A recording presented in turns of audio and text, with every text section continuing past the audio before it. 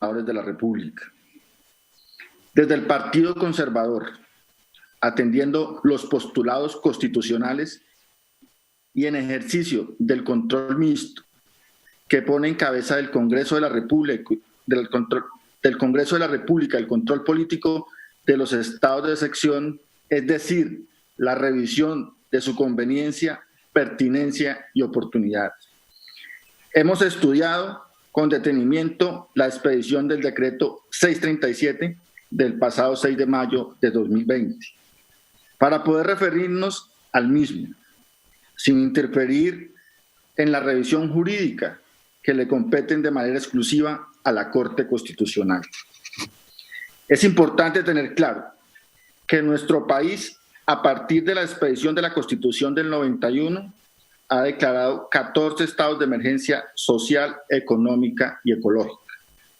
Entre ellos, los declarados en el año 1992 en el marco de la emergencia por la perturbación del orden laboral en el sector público.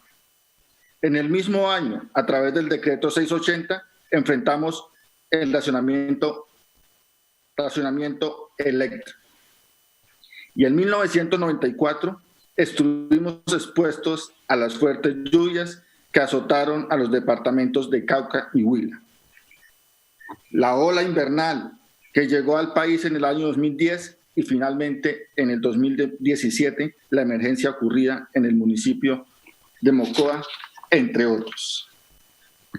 Así las cosas, hemos estudiado las causas que dan origen a la segunda declaratoria de estado de emergencia económica, social y ecológica durante el año 2020.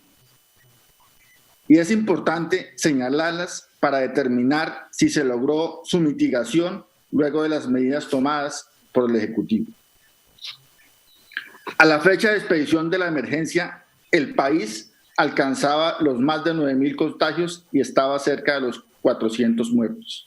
Además, enfrentábamos un gravísimo deterioro de los indicadores económicos del país. De manera principal, un aumento de 10 puntos en la cifra de desempleo con relación al año anterior, llegando al 21,4% en mayo del 2020. Cifras que, sumadas al contexto internacional con una baja del precio del petróleo, generaban una gran preocupación. Siendo estas las causas que manifiesta el Ejecutivo para declarar el segundo estado de emergencia económica, social y ecológica, el Partido Conservador analizó el trabajo del gobierno de la siguiente manera. Se expidieron con ocasión de la declaratoria de emergencia 41 decretos legislativos, cuya conveniencia revisamos desde el punto de vista social y económico, para establecer si logran salvaguardar la integridad de los colombianos en cuanto a la protección de la vida y la salud, junto con el cuidado y manejo de la economía del país. El presidente de la República, tratando de salvaguardar la vida y la salud de los colombianos, determinó el uso de los diferentes recursos económicos existentes y en vigencia de la primera emergencia creó el Fondo de Mitigación de la Emergencia, que a la fecha se ha venido nutriendo con los recursos del FAE, del FOMPET, del FRL, el impuesto solidario de los títulos de depósito de solidaridad y de los rendimientos financieros del FOME. Estos recursos han apalancado las decisiones que ha venido tomando y apoyando a los diferentes sectores del país, logrando avances muy importantes. Primero, la clara mejora del sistema de salud, que ha logrado una ampliación de su capacidad, llegando al día de hoy a tener más de 9.000 camas UCI, adquiriendo un número importante de ventiladores que se han entregado en la capital pública y en las diferentes regiones del país que lo han requerido, fortaleciendo la atención en todos los sectores de la población y creando un centro de reservas de instrumentos de bioprotección que aseguran su disponibilidad durante varios meses venideros. El Ejecutivo se preocupó por la vida y la salud de nuestros niños, niñas y adolescentes, quien, haciendo parte del sector educativo y a pesar de la imposibilidad de la asistencia a las instituciones, tanto de educación media como superior, posibilitó la educación remota con esfuerzos tan grandes como la conectividad, destacando entre ellos servicios de telecomunicaciones como esenciales y regulando de esta manera su prestación. De igual manera, se creó el Fondo Solidario para la Educación, con el ánimo de mitigar la deserción escolar. Amplió los créditos, ampliaron los plazos, entre otros. Y tal vez siendo aún más importante, garantizó la prestación del programa de alimentación escolar en casa. Se ocupó el gobierno por temas tan sensibles como los servicios públicos, prohibiendo su suspensión y, por el contrario, garantizando a través de subsidios, financiación y hasta incluso la asunción de los mismos por entes territoriales. Es importante resaltar que el diferimiento en el pago ha beneficiado a los estratos 1, 2, 3 y 4 sin afectar las empresas prestadoras de los mismos, por cuanto las líneas de crédito Findeter les ha permitido solventar sus operaciones financieras. Creó programas de protección al empleo, implementando medidas como disminución temporal del aporte al Sistema General de Pensiones, el programa de apoyo formal al empleo, acompañando a aquellas empresas que el Estado legalmente constituidas hubiesen disminuido sus ingresos durante los meses de la emergencia en un 20%, y junto con esto salvaguardando a los beneficiarios de los beneficios económicos periódicos especiales BEPS, con los cuales una parte de la población logra su pensión. Permitió el retiro de las cesantías a quienes hubieran disminuido sus ingresos, la posibilidad de tomar vacaciones anticipadas y reguló los recursos de los administradores de riesgos profesionales.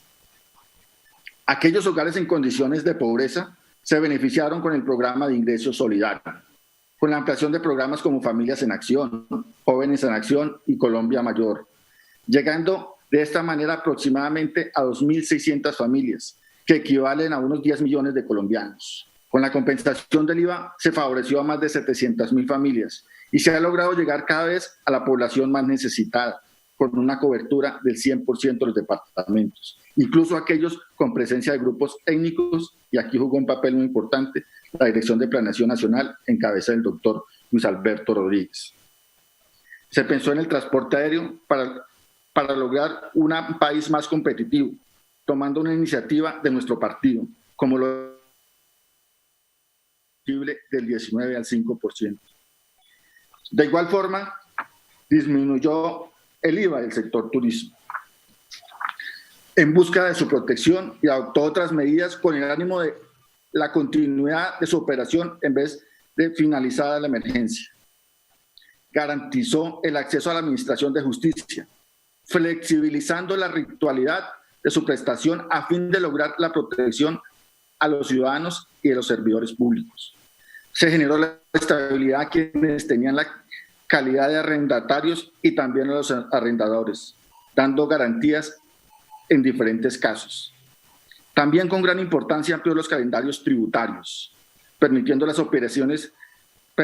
operación y dinamización del sector empresarial para evitar una paralización de la economía y permitiendo el flujo de capital. Por otro lado, en el sector agropecuario, tomó medidas como un incremento a la comercialización de productos agrícolas como frutas, hortalizas, tubérculos, plátanos y proteína animal, en donde se ha llegado a una inversión cerca de los 33.500 millones de pesos. Y para aquellas pequeñas y medianas empresas agropecuarias, dio posibilidad de acceder a un apoyo de 220.000 pesos para el pago de prima por cada empleado en el campo, a través del decreto 796 del 2020. Facultó el Banco Agrario y Afinagro para celebrar acuerdos de pago que podrán incluir condiciones de intereses y cuotas de capital y así permitir acompañar el proceso de reactivación del agro colombiano. No menos importantes es señalar que fueron acertadas y oportunas medidas tomadas para garantizar la recolección de la cosecha cafetera, que se estimó en 6.5 millones de sacos para el primer semestre y que representan el 45% de la cosecha del año, logrando un impulso económico a aquellas zonas del país productoras. Todo esto liderado por el doctor Rodolfo Sea desde el Ministerio de Agricultura con su equipo de trabajo. Luego de este análisis, donde también participó el doctor Eduardo Enríquez Maya, de nuestro Partido Conservador, encontramos que el país ha sostenido su estabilidad y ha logrado el objetivo que se trazó el presidente de salvaguardar hasta ahora la integridad física de los colombianos. Nos encontramos aún sin conocer el desenlace de estas medidas que vemos han mantenido el equilibrio, pero solicitamos no descuidar la protección de la vida de los colombianos y tenderle la mano a los sectores productivos en cabeza de quienes estará la reactivación económica de Colombia, sin polarizaciones, ya que la unidad de la nación y el bienestar deben ser el objetivo, como diría Álvaro Gómez. Pongámonos de acuerdo en lo fundamental. Concluimos entonces, como bancada del Partido Conservador, que el Gobierno Nacional ha efectuado un manejo serio, ponderado de la situación que nos aqueja. Consideramos que las medidas tomadas han sido pertinentes, convenientes y oportunas para mitigar las causas que originaron el decreto 637-2020 junto con sus 41 decretos legislativos proferidos, logrando mantener el orden e impedir consecuencias más graves sobre la vida, la salud y el bienestar y sobre todo también la economía de nuestro país. Muchas gracias, señor presidente.